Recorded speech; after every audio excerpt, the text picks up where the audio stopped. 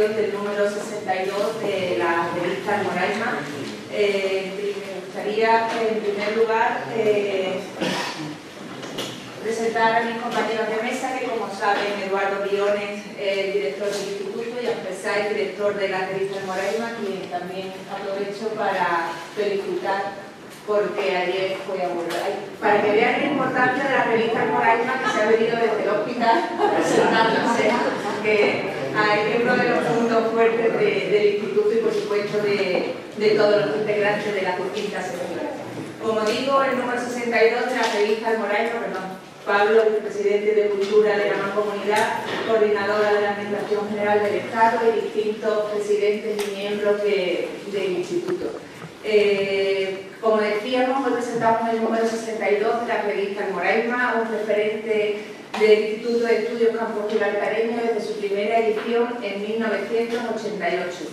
Una publicación periódica, la más importante en la historia de la cultura de nuestra comarca. Cada semestre nos llega cargada de interesantes artículos elaborados en su mayoría por los integrantes de las 10 secciones del Instituto, y en esta ocasión son 24 trabajos, en su mayoría de las secciones de Historia, que es la sección primera, y la sección novena, que es la de Pedagogía. Entre los trabajos destacar la historia de la propia revista El Moraima, un trabajo realizado por su director Ángel Sáez.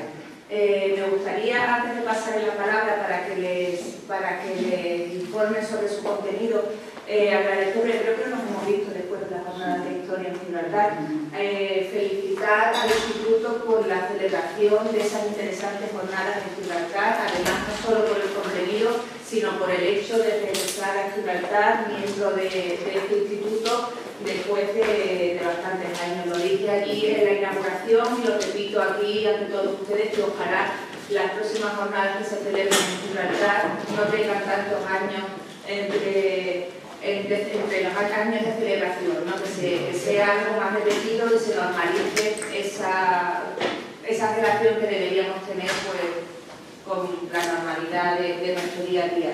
Y tampoco nos hemos visto después de que Pepe Barroso nos donara ese fantástico cuadro que está colgado en las escaleras de esta casa y que me imagino que habrán visto todos al entrar. Pepe además nos acompaña hoy, y si no, les invito a que lo hagan y además no solo lo vean, sino que lo vean con la explicación de su autor y el por qué está en esta casa. Muchas gracias, Pepe, muchas gracias a todos y le paso la palabra a Eduardo. Muchas gracias. Pues nada, gracias Susana y por tu apoyo especial al Instituto y gracias a todos vosotros por esta presencia. Victoria, si te quieres venir aquí, hay sitio, ¿no? Te digo como tú quieras, ¿no? Te doy un poquito. Bueno, lo que dice Susana de Gibraltar, pues ya me ha recordado que se está preparando ya la próxima jornada de Flora y Fauna, que en el 2026 probablemente sea en Gibraltar. Ya se está incluso hablando con Iván Cortés, con Clay Finlayson, etc. Bueno, yo no voy a ver, hoy te cedo la palabra. Como sabéis, el Instituto de Estudio tiene 10 secciones, fue magnánimo en su creación. Normalmente estas instituciones se dedican a literatura, historia y como más, y hay 10 secciones: música, pedagogía, biología, tecnología, derecho, etc. Pues hay un nuevo fichaje en la sección de música, que es un chaval de 28 años que ya ha montado una jornada en San Roque preciosas, y yo prefería que por conocer un poquito mejor al instituto, que él nos cuente los proyectos que tiene en la sección de música del instituto, ¿no? Sí decir también que de manera más inmediata tiene un proyecto para septiembre. Pasado mañana tenemos la sección de biología, un bioblitz en los barrios. El cuarto que hacemos es coger una zona, 20-30 hectáreas, y en 24 horas, noche y día, levantar toda la información que hay allí desde una escala a nivel biológico, desde una escala bajo bastón ciervo, desde una plantita de nada hasta un tejido, ¿no? O sea que normalmente andamos de las 3 que hemos hecho entre 600 y 800 especies, y en este caso se han apuntado 111 personas ya, ¿no? A la gente le gusta que le enseñen sobre cosas del campo, ¿no? Y nada, Javier, si no te importa, cuéntanos un poquito más.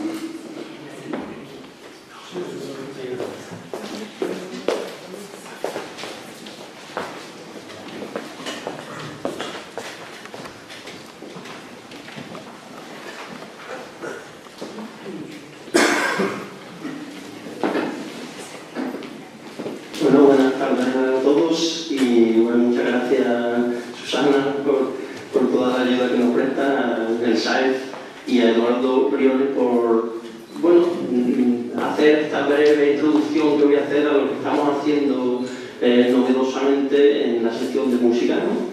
Este ejercicio de intentar resumir todas estas cosas que no ocurren en un día, son proyectos que llevan años de proceso y que por supuesto culminan en lo que estamos viendo, ¿no? En iniciativas como esta, el proyecto Muñoz Molleda, que comienza con la colaboración de mi compañero Sergio Fernández Uceda, que está aquí con nosotros, empezando a investigar la música del campo de Gibraltar. Ustedes se plantearán cómo surge esto, ¿no? En un origen, qué conocimientos había sobre la música en el campo de Gibraltar. Y claro, lo voy a intentar resumir todo muy brevemente. Hasta hace muy pocos años, hasta que se presentó nuestro artículo en la revista Almoraima 57, si no recuerdo mal, sobre Pascual Ramallón Barrett, este compositor de Gibraltar, que nos abrió una nueva vía al conocimiento de la música en el campo de Gibraltar, una nueva vía que nos situaba en el mapa a nivel nacional e internacional.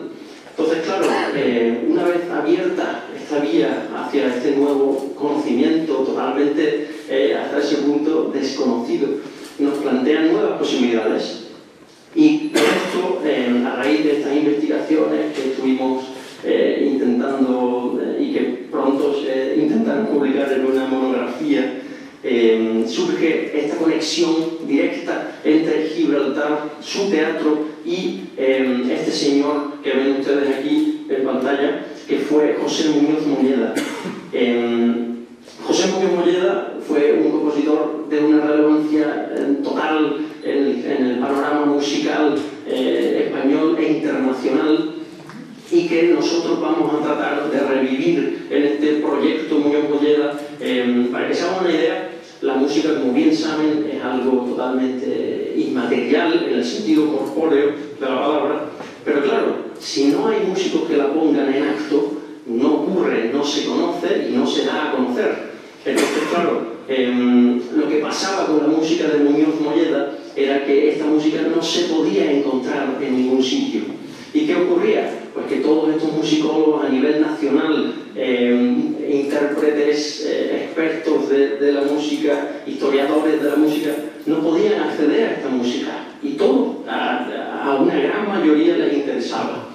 ¿Qué ocurre? Que nosotros estuvimos buscando por todo tipo de archivos en toda España e internacionalmente, y curiosamente dimos con este señor de Campamento. Era en nuestro propio pueblo donde estaban todo este legado de un valor incalculable, y una vez se planteó este legado sólido, pudimos plantear un proyecto en torno a su figura. Lo que aquí ven en pantalla es justamente este festival Andaluz, que se hizo por primera vez en San Roque con el apoyo del ayuntamiento, y que es el único festival en toda España encargado de revivir la música andaluza culta. A ustedes les sonará esto un poco extraño, pero sí, es que no hay ningún festival en todo el territorio que difunda, divulgue y promocione la música culta andaluza. Y es que el campo de Gibraltar, como hemos visto, tiene un papel fundamental en la música andaluza, que en palabras de la gran mayoría de catedráticos de musicología es la pieza clave de todos los territorios de España.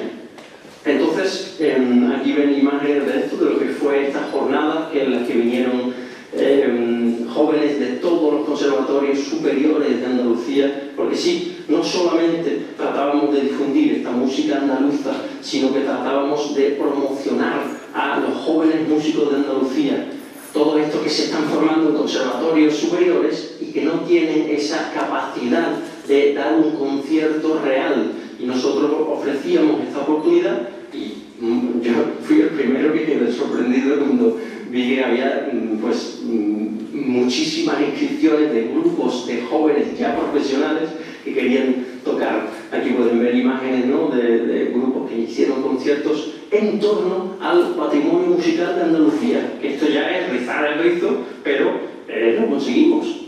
Entonces, esto nos lleva de nuevo al campo de Gibraltar, y como también la fundación de una orquesta, la Orquesta Andaluza, conseguimos reestrenar una sinfonía que se relaciona con este músico gibraltareño, Pascual Remedio Márquez.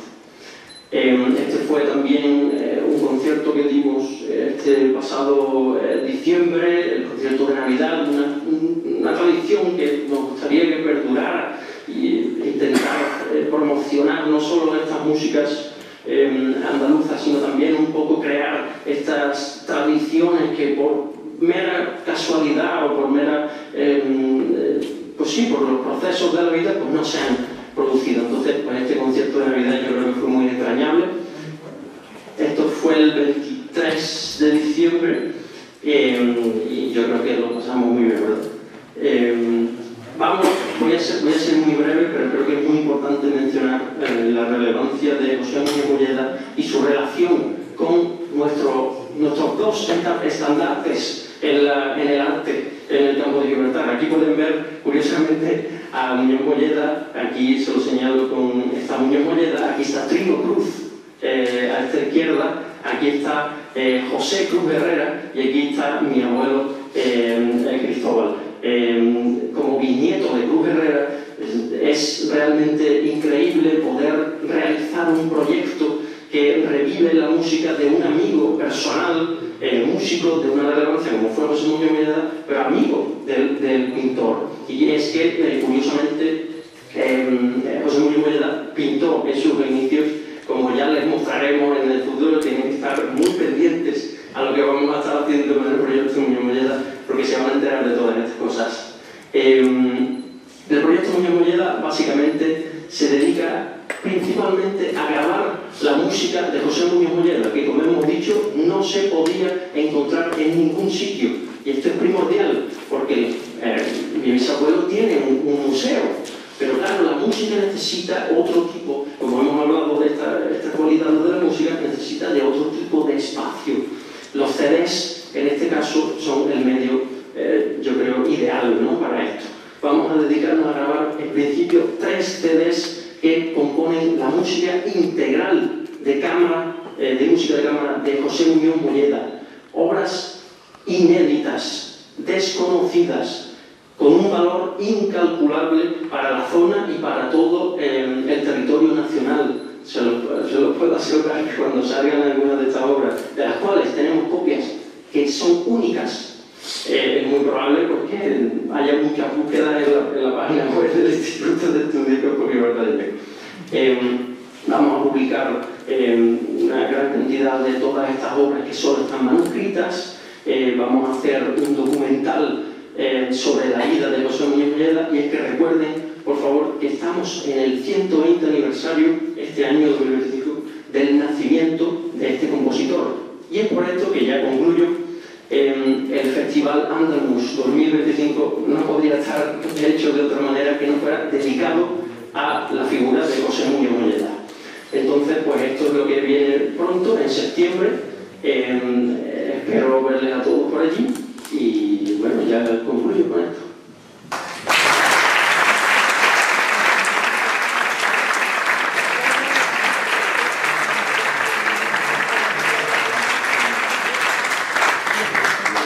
También en las redes sociales del Instituto, que les animo a seguirlas, que ya estamos haciendo muchas actividades relacionadas con la revista y con muchas más otras cosas, pero este es uno de los vídeos que hicimos.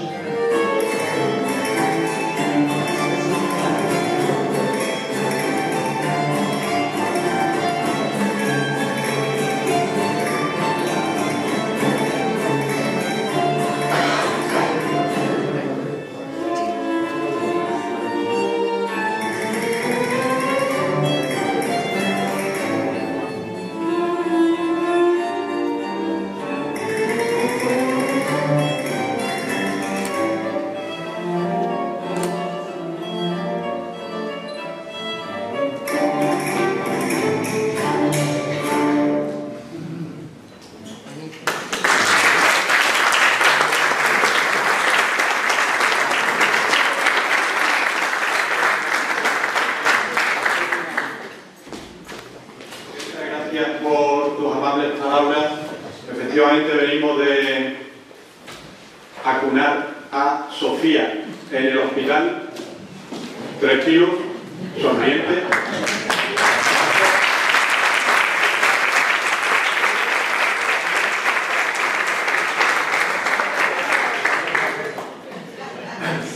Y haciendo tiempo pues, para todas las cosas importantes a las que uno se debe. Creo que podemos combinarlas todas bien. Y a esto no se puede faltar, a lo que toca ahora. Porque presentar al Moraima es algo muy importante. Desde mi perspectiva de responsable coordinador de la criatura, para mí lo más importante de la cultura del campo de Gibraltar, pero no tengo más remedio que considerarlo así, de la misma manera que miro a Sofía como la niña más bonita del mundo.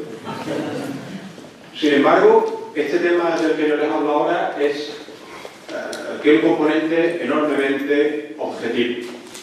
Que nosotros a estas alturas de la vida sigamos pudiendo sacar esta publicación con el nivel de calidad que tiene es algo absolutamente extraordinario.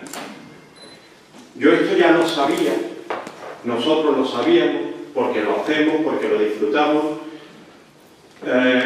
pero lo he cotejado con gente que sabe más que yo de este asunto, por eso le puse mano a la investigación de la historia de Almoraima, cuya primera entrega viene en este número. Y lo he pasado extraordinariamente bien, entrevistando en plan profesional a los culpables de este asunto. De los 4 viven 3 y hay que aprovechar estas coyunturas. Nos dejó Pepe Guerra, pero se han brindado a colaborar como entrevistados Rafael García Valdivia en un exquisito rato de conversación, Pepe Barroso, chiquillo que andaba por aquí en aquellos 80, culpable también del asunto, y Juan Jotelli. ¿Qué decirles entonces? A partir de ahí, más los registros de archivo que tenemos en la mancomunidad, en mi propia casa por llevar toda la vida metido en esto, y innumerables notas tomadas en mis reuniones con Valdivia, Mario Caña y Luis Alberto del Castillo, pues creo que me ha permitido escribir algunas cosas absolutamente objetivas, donde se recoge la opinión de estos señores que hoy, 30 y tantos, 40 años después, dicen unas cosas muy bonitas de nuestra publicación, sus autores, sus causantes, viéndolo ahora con una retrospectiva importante.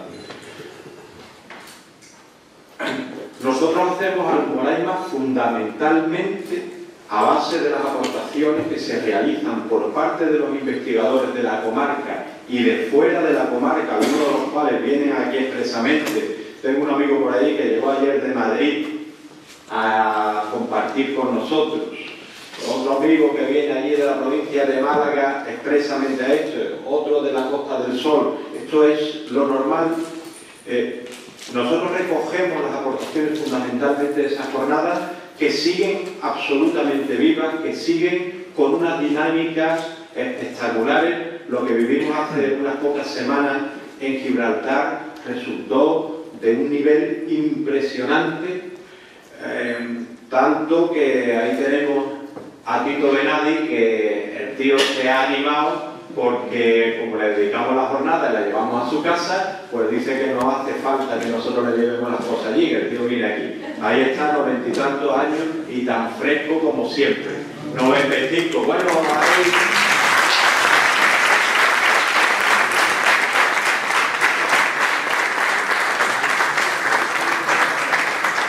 Es que él lleva una cuenta especial, Él cuando tiene 94 más 1 dice que ya está en el 95 años de vida, y si os fijáis no le falta razón porque Tito sabe más que todos nosotros. Entonces, pues a nosotros la verdad es que nos llena de orgullo que esta publicación siga adelante, pero insisto, con el nivel de calidad que tiene. Somos rigurosísimos rigurosísimos en los filtros. No dejamos colar nada, da igual que lo firme, si no tiene las calidades que tiene que tener. De eso se encargan o los comités técnicos de la jornada o la durísima criba por el sistema de pares ciegos al que se somete cualquier colaboración que llega directamente. Aquí nada se trata mirando al autor o a la firma, porque de hecho todo se valora de manera anónima. Claro, para presentar una cosa tan bonita como esta que nos sale, que esta vez le toca el azul cielo tan lindo como nos ha quedado, pues se reúne pues lo mejor del campo de Gibraltar. Y sigo hablando objetivamente, no es cuestión de cariño. Miren ustedes, aquí están algunas autoridades que afortunadamente nos prestan su apoyo, siempre.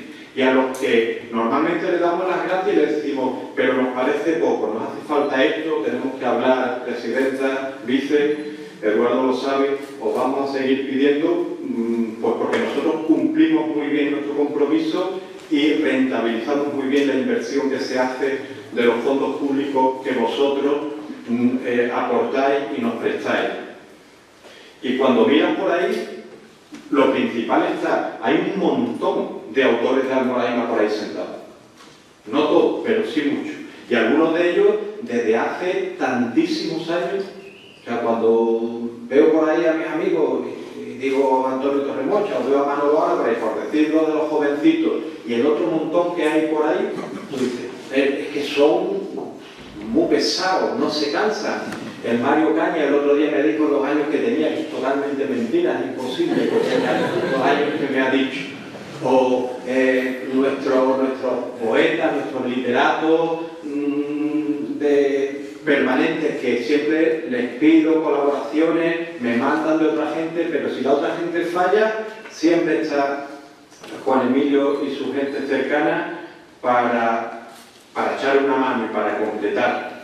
Bien, entre ustedes están miembros de todos los elementos fundamentales del mundo cultural de nuestra tierra. A mí me encanta que algunos de nuestros alumnos del aula de mayores se salgan unos minutitos antes de clase y salgan corriendo para acá, porque no nos hemos acordado de poner la presentación a las 7:30, hay que ponerla a las 7:30. Que son esa misma gente que llevan una fantástica asociación que es Julia Traducha, de la que hablaremos algún día, que es fenomenal, pero cuando miro para allá me encuentro a mi amigo Paco, que fue con el que montamos Julia Traducha hace mogollón de años. Entonces esto es fantástico, porque todos nos encontramos y seguimos estando aquí. Hay por ahí una gente, un puñado de entusiastas de AEPA que se están partiendo la cara por un montón de cosas, entre ellos nuestro relojero mayor, que lo he visto por ahí, que el otro día se estrenó precisamente como autor de trabajo de Almoraima con una investigación que expuso en esta misma sala.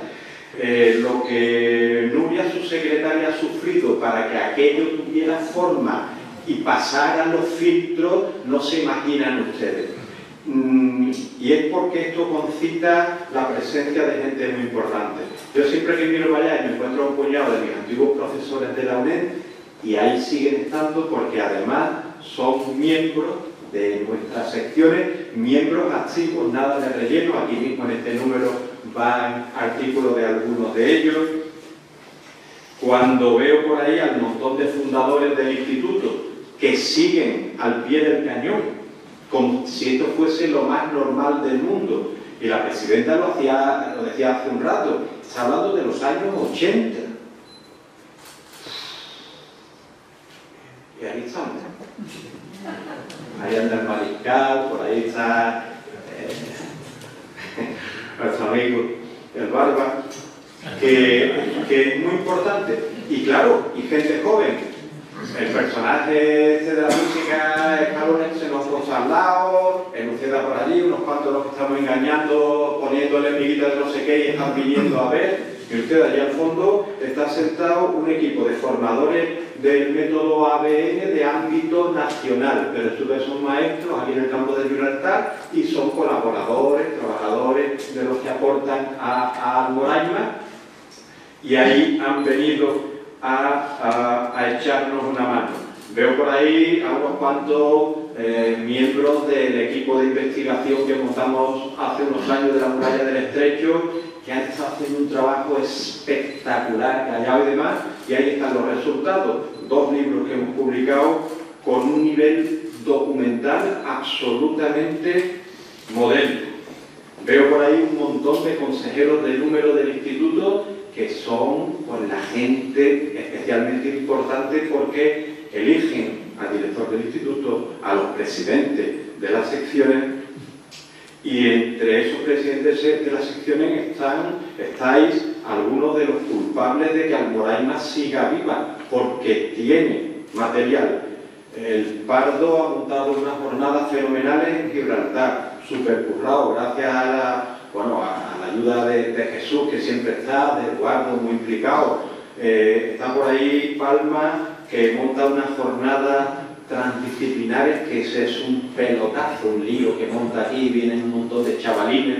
¿Cuándo hemos visto a jovencitos en la sede del instituto exponiendo trabajos de investigación? Es una cosa muy rara. Bueno, pues desde hace unos años se está haciendo, y este número en particular está lleno de artículos que proceden de esas jornadas. Anda por ahí el cronista de la ciudad, que además ha sacado adelante unas muy complicadas jornadas de etnología, y ahí están nuestros poetas, literatos, investigadores, musicólogos, la gente del medio ambiente por allí. Hay un tío que hace unas fotos de pájaros alucinantes y nos ha quedado una cosa muy, muy bonita aquí. Está mi amigo Paco allí al fondo. No veas, no tengo yo, no. En fin, que estos encuentros son muy importantes. Son muy importantes porque se da la mano la sociedad civil con quienes nos gobiernan. Y eso es muy saludable, porque ahí, yo no sé si hoy ahí, con una copita o un fanta de naranja en la mano, pues se le dicen cosas que normalmente no hay oportunidad, y eso es muy importante hacerlo. Pero también porque aquí estamos miembros de todas las secciones del instituto, además del puñado de gente que ni sois miembro del instituto, pero va a la marcha y estáis aquí. Es el momento de encuentro, creo, que más amarra, que más sentido de pertenencia genera en torno a un elemento cultural de calidad. Estas cosas son las que estamos haciendo. Cuesta mucho, pero con la colaboración de tanta gente, de tanta mente brillante y de tanto buen corazón, seguimos haciéndolo, y espero que durante mucho tiempo. Gracias.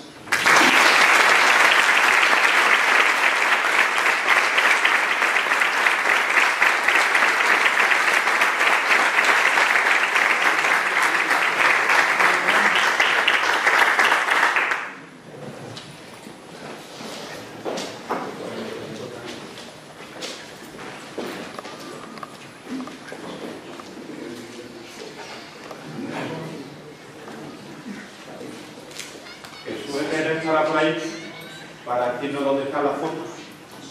Hay una carpeta con nombre. ¿No es? Sí, sí, es.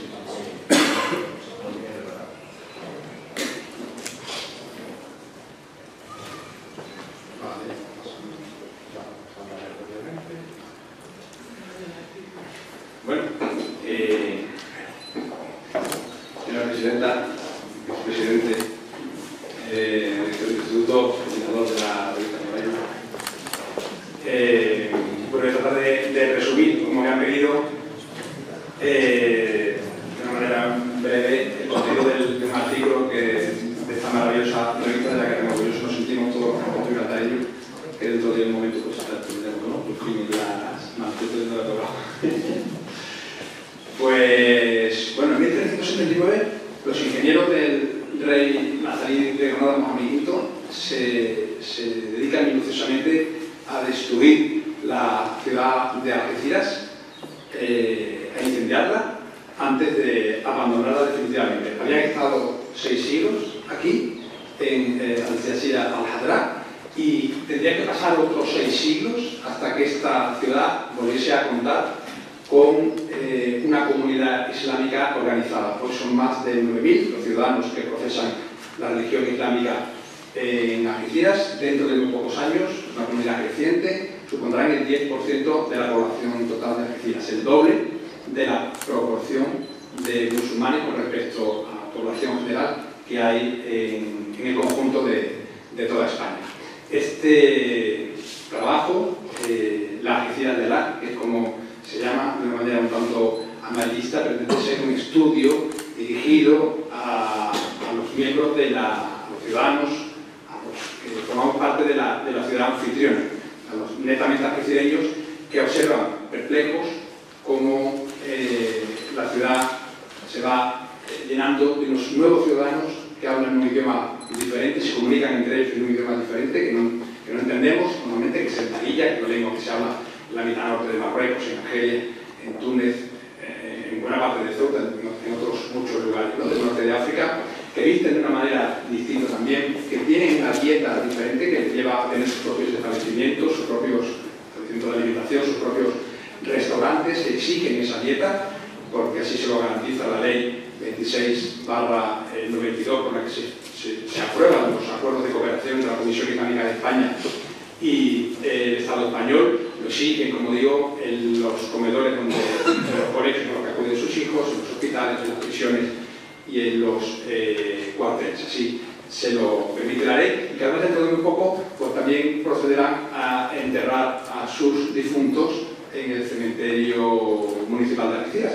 Una reciente sentencia, recientísima, del 24 de marzo del Juzgado de lo Contencioso Administrativo número 1 de Algeciras, condena al ayuntamiento a conceder, dice literalmente la sentencia, conceder una zona con suficientes parcelas en el cementerio municipal para que los musulmanes puedan dar sepultura a sus difuntos de fe islámica según el rito funerario que les es propio.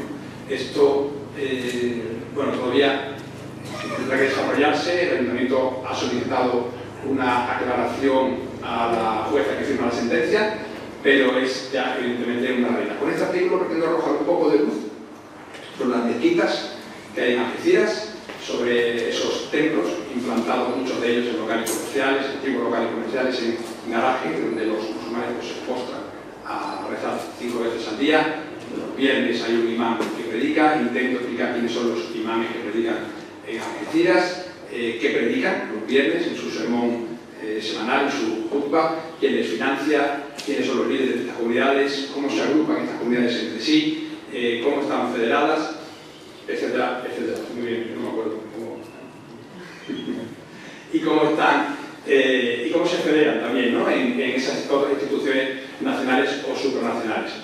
Pues en Algeciras no se produce, afortunadamente no se produce en casi ningún lugar de España ese fenómeno de guetización que sí se ha producido en muchas ciudades europeas. Yo creo que el carácter eminentemente tolerante de la sociedad española, y sobre todo me atrevo a decir de la andaluza, y especialmente de la gaditana, y creo que más especialmente todavía de la del campo de Gibraltar, hace que ese fenómeno que tiene lugar en ciudades como Marsella, como Lyon, ciudades de otros países, ¿no?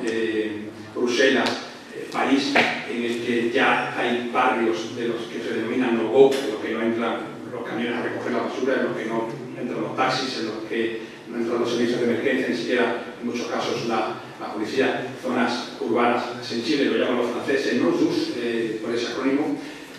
Aquí no se ha producido, es cierto, pero sí es cierto que cada vez existe más en el imaginario social unas líneas que definen unos barrios que, sin ser exclusivos, se parece que se van convirtiendo en unos barrios propios de unos frente a unos barrios propios de otros.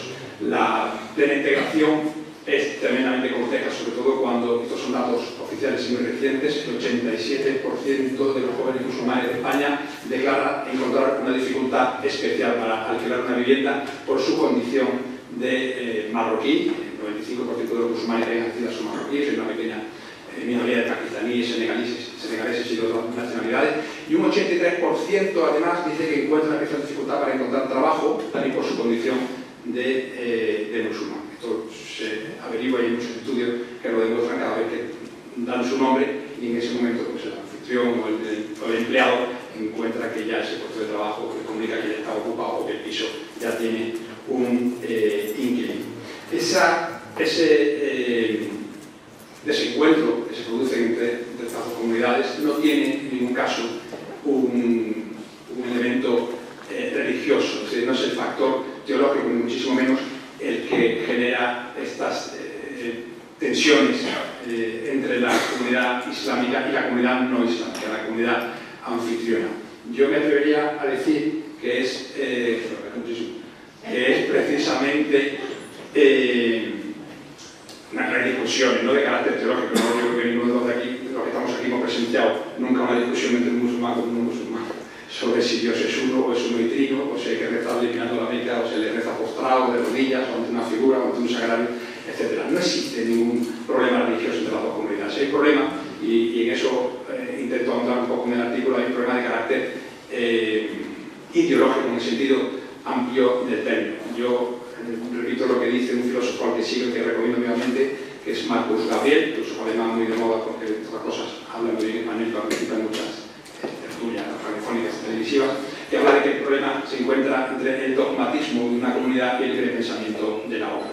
La mayoría de los ciudadanos musulmanes que viven en Algeciras pues proceden de un país tremendamente dogmático como es Marruecos. Marruecos, a los niños en las casas, en todas las casas se les enseña exactamente lo mismo desde que son pequeños. Se les indica lo que les conviene como individuos y lo que no les conviene, lo que les conviene como sociedad y lo que no les conviene. Ese mismo mensaje, ese mismo dogma lo encontrarán después en la escuela pública en la que existen todos y luego lo volverán a encontrar en la prensa, en todos los periódicos que están perfectamente controlados por el Ministerio de Comunicación y en la televisión, no en las televisiones, sino en la única televisión, pero una sola cadena de televisión que evidentemente vuelve a existir en el mismo dogma.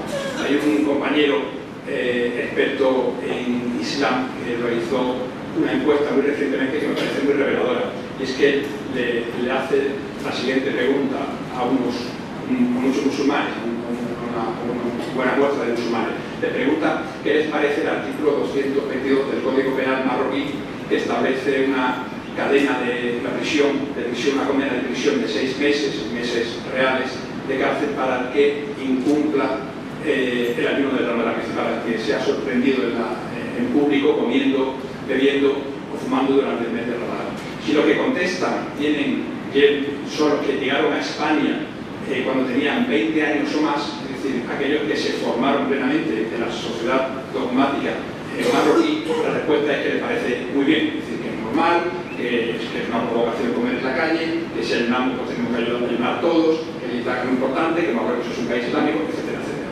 Si se le pregunta a los hijos de estos, es decir, a los que ya nacieron en España, a esa segunda generación, o a los que llegaron aquí muy pequeños y que ahora tienen 16 o 17 años, esta encuesta se hizo en 2 institutos diferentes de bachillerato, la respuesta es manos a la cabeza. Primero desconocían que pudiera existir un artículo así y otros que desde nuestro punto de vista son allá incluso más escandalosos, y por supuesto la respuesta es cómo se puede prohibir a nadie, cómo no puede ser esto voluntario, cómo se va a obligar a nadie a hacer un ayuno que se supone que tiene que ser algo voluntario. Es decir, cuando una persona, a pesar de la educación que se le intente dar en su casa o en las madrasas de las mezquitas, está expuesta desde pequeño a una sociedad de libre pensamiento, es decir, a periódicos libres, plurales, a cadenas de televisión en las que cada una mantiene una línea editorial, o a profesores en sus colegios, ¿no?, en los que cada uno expresa sus opiniones y sus ideologías y sus ideas de carácter político, filosófico, religioso, teológico, etc., es muy difícil pretender que siga manteniendo los mismos criterios doctrinales que mantenían sus progenitores cuando vinieron de Marruecos. Bueno, hay un tema que solamente toco muy por encima en este artículo, pero que me gusta siempre rozar, aunque sea de manera superficial, que es el tema de la radicalización, que desde luego desborda por completo las pretensiones de este trabajo, pero que tiene una significación especial en Algeciras. Desde luego no a nivel numérico, porque el número de detenidos por sospecha, por indicios de radicalización, es decir, de pertenencia o de intención de cometer algún tipo de acto de terrorismo yihadista en la zona del campo de Gibraltar no es mayor ni menor que hay en la media en el conjunto de España. Pero sí es verdad que aquí han sucedido algunos sucesos muy desagradables que nos hacen pues, vernos obligados a hacer alguna referencia al respecto. La radicalización es un fenómeno, con esto termino, que se produce, el fenómeno de la radicalización personal se produce cuando se dan una serie de características. El último estudio hecho en Francia al respecto habla siempre de que debe existir una razón de marginalidad social, una razón de vulnerabilidad personal, pero sobre todo una crisis identitaria nacional. Y en esto me parece que sí tenemos que hacer una pequeña reflexión.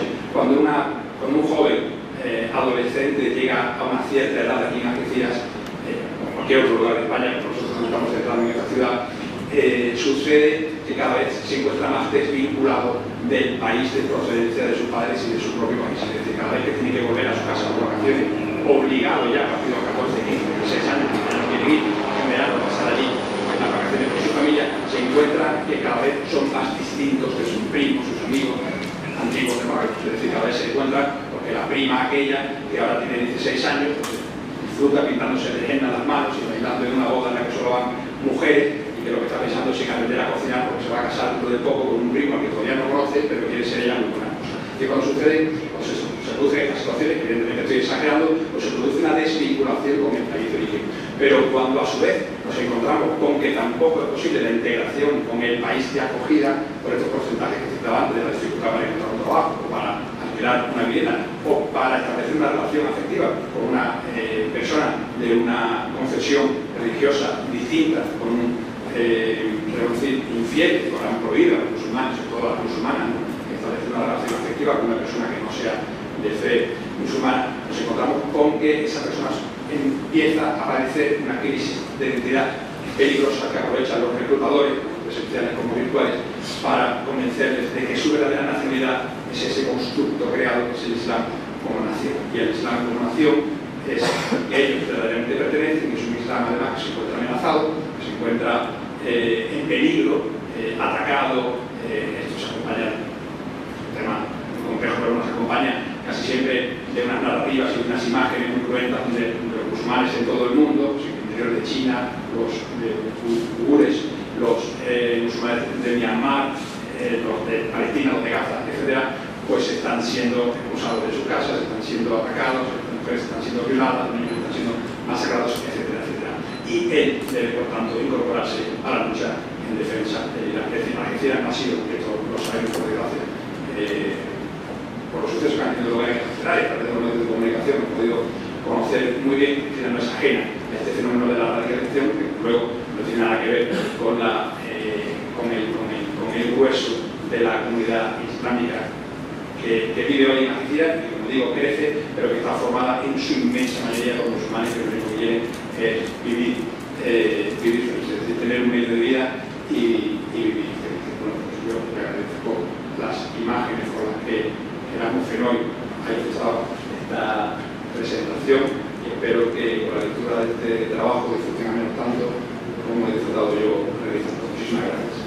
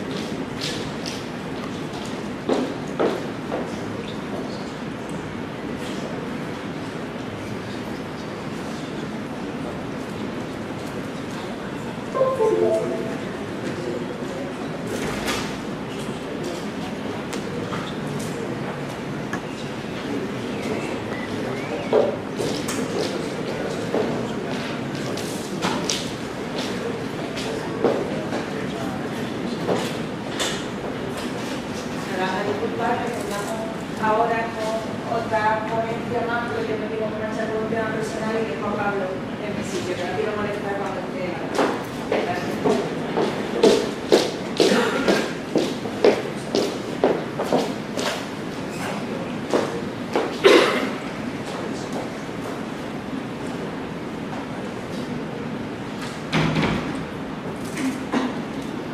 Bien, buenas tardes. Agradecer la invitación para que haga un pequeño resumen de mi artículo a las autoridades, a los compañeros y compañeras que estáis aquí.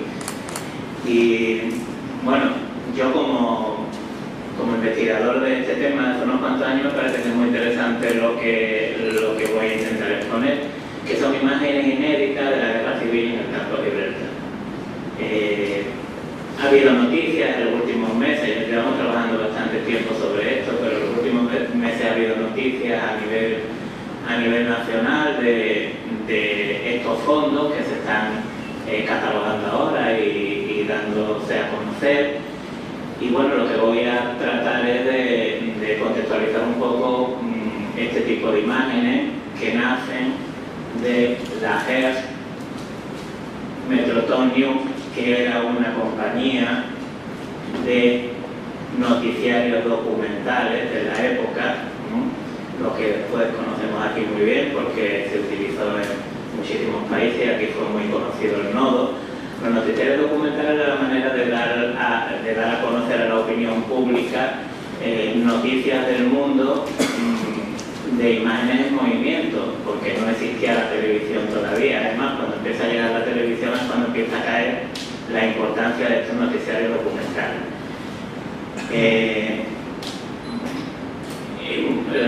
El Metroton era un noticiero desarrollado entre 1914 y 1967. El magnate que creó esto es William Randolph, que a lo mejor no nos suena mucho, pero es el que inspira la maravillosa película de Ciudadano Kane. Es uno de los primeros magnates de la prensa. A principios de los 80, la corporación Hearst le cede la colección de noticieros a la Universidad de California. Ha estado allí durante un tiempo y en el año 2023 un equipo multidisciplinar empieza a limpiar las imágenes, a prepararlas y a mostrarlas al público a través de una página web que se puede consultar. Del campo de libertad tenemos tres bloques de muy pocos segundos. Muchos de ellos son brutos, quiere decir que se grabaron pero no se utilizaron en los noticieros, y hay uno que sí, que espero que lo podamos ver, que sí que es un noticiero que se utilizó, que se ponía en los cines antes de las películas y que lo pudieron ver todos los ciudadanos estadounidenses, porque evidentemente esta corporación era estadounidense. ¿Qué es lo que le interesa a los estadounidenses a la prensa internacional de la Guerra Civil Española? Pues evidentemente le interesa esos intereses que tienen que ver con su país. En el caso de Estados Unidos, pues está muy vinculado a esa relación histórica que tiene con el Imperio Británico y evidentemente Gibraltar es un elemento tremendamente importante. Tenemos que recordar el impacto del fotoperiodismo en la Guerra Civil. Por muy poco que conozcamos de la Guerra Civil, si nos suena Agustín Centelles, Robert Capa, Gerda Caro, han pasado la historia porque el fotoperiodismo fue verdaderamente importante. Sin entrar en profundidad ni nada de eso, sí que podemos hablar de varios bloques, que es lo que vamos a enseñar aquí. En primer lugar, el bombardeo de Jaime I al puerto de Algeciras. Ya sabemos que en el campo de Gibraltar apenas hubo acontecimientos bélicos importantes, y quizás en Algeciras el más importante fue el bombardeo de Jaime I acorazado republicano en respuesta al denominado por la fuerza golpista el convoy de la victoria. Vamos a ver si podemos encontrar, esto es un poco complicado, pero podemos encontrar el vídeo. Este vídeo es un bruto, no tiene color.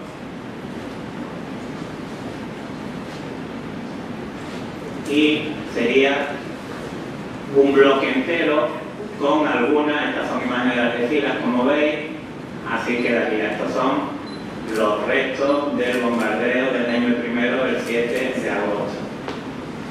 son imágenes en bruto, como digo, están fechadas el 19 de agosto de 1936. Algunos de estos fotogramas sí que nos pueden sonar porque se cogían fotogramas y se publicaban en la prensa estadounidense, y después pues pasaba incluso a prensa europea. A mí me parece que son bastante relevantes. En un número de Almoraima anterior sí escribí, no vamos a entrar en profundidad, pero sí escribí sobre este acontecimiento con cierta profundidad. Fueron bombardeados los consulados británicos, uruguayos, aquí lo vemos, argentinos.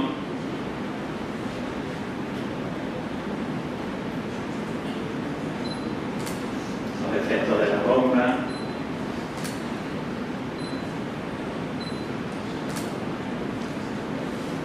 Y al final es interesante porque este es desde el puerto.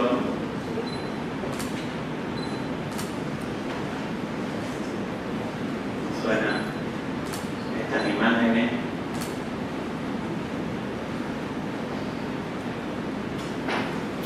Son pocos segundos las que tenemos, y esta sería, como digo, la primera de las imágenes. La segunda de las imágenes sería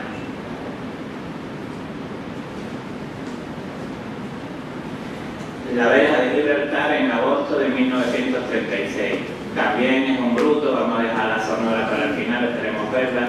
Y estos que son pocos segundos, pues la verja de Gibraltar en los inicios de la guerra civil, en agosto de 1936, los controles que se van haciendo, las autoridades británicas fortalecen la defensa de la entrada, se pueden apreciar también, ahora lo veremos, bidones vacíos para la defensa, esa era la verja de la época, con las alambradas preparadas.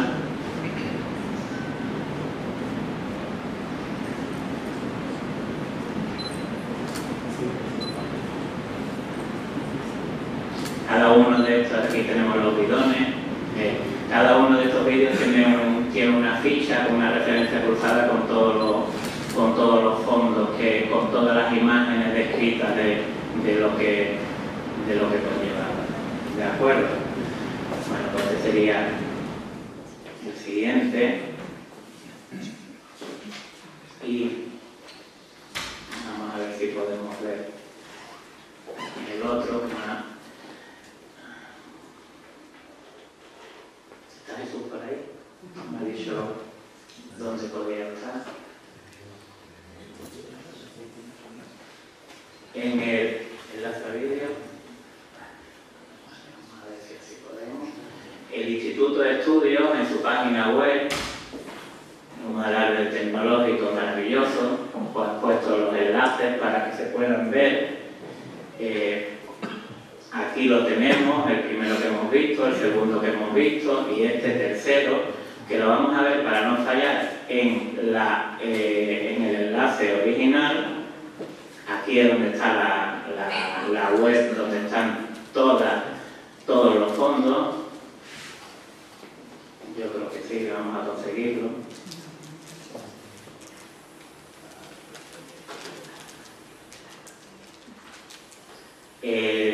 En este caso hay un locutor que estuvo bastante famoso, Harold Thomas.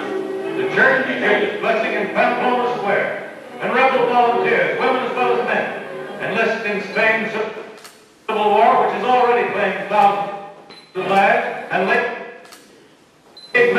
Voy a pararlo para que se vaya cargando y voy a aprovechar para comentaros que el rollo tiene fecha de 3 de agosto, así que aproximadamente a principios de agosto de 1936 es cuando lo vieron los norteamericanos en el cine.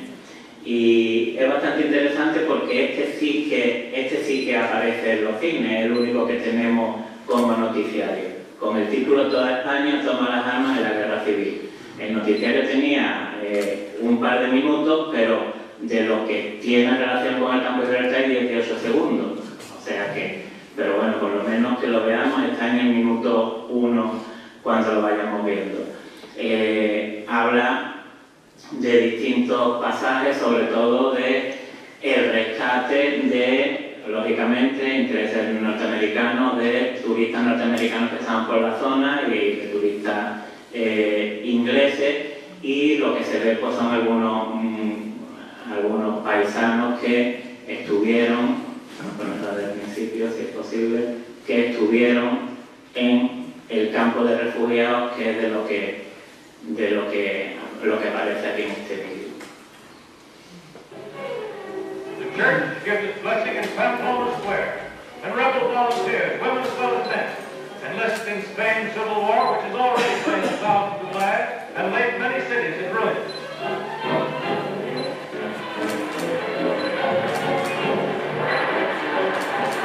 Everyone is called upon. Sex is not considered. As a people divided, war upon each other.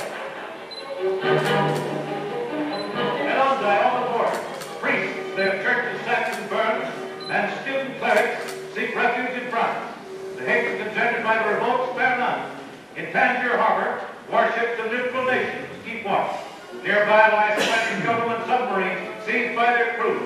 Their upbraided clenched fists tell their own story. Beneath the frowning rock of Gibraltar, its guns ready to uphold Britain's Mediterranean route, many refugees find a haven. On ships every day come more refugees fleeing to France for shelter. Still sticking to his job, while many Americans are left in Spain, his United States Ambassador, Bob G. Bauer. While means of communication are difficult, every effort is being made with the aid of the Oklahoma and Bueno, acá podría estar una imagen, este es el embajador de Estados Unidos. I am leaving with the staff of the Cayuga for depot and points in northern Spain and search of other Americans. Stars and Stripes are a welcome sight to Americans boarding a United States warship off San Sebastian. Many were on peaceful holiday trips when the hell of war broke around them. Some are penniless, all are still bright, but thankful to be out of the land where no one knows what the end may be.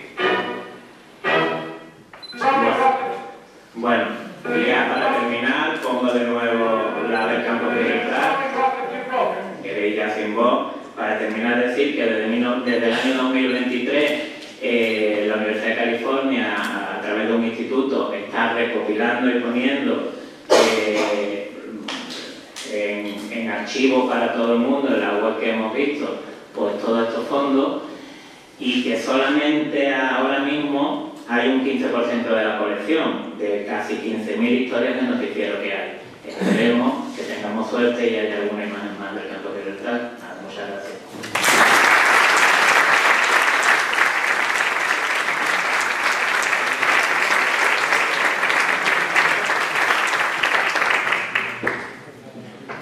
Hola, muchas gracias por la presentación de Amoraima, en el sentido. Enhorabuena a todos los que habéis participado y colaborado en que esto sea una realidad.